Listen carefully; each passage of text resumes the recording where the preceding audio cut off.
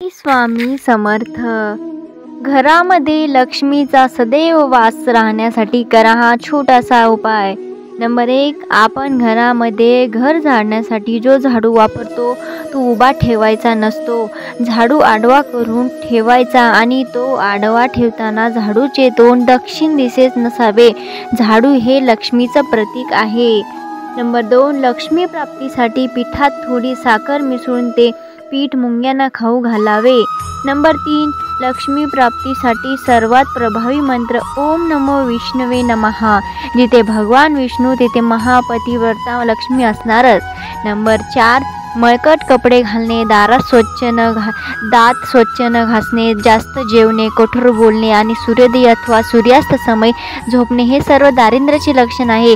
लक्ष्मी अशा लोकांकडे कधीच टिकत नाही।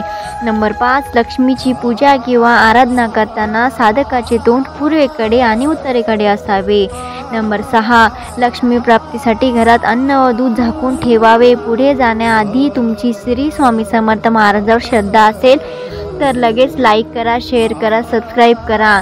नंबर 6, लक्ष्मी प्राप्तीसाठी घरात अन्न व दूध झाकून ठेवले तर त्यामुळे आपल्या घरात नेहमी लक्ष्मीचा वास राहतो।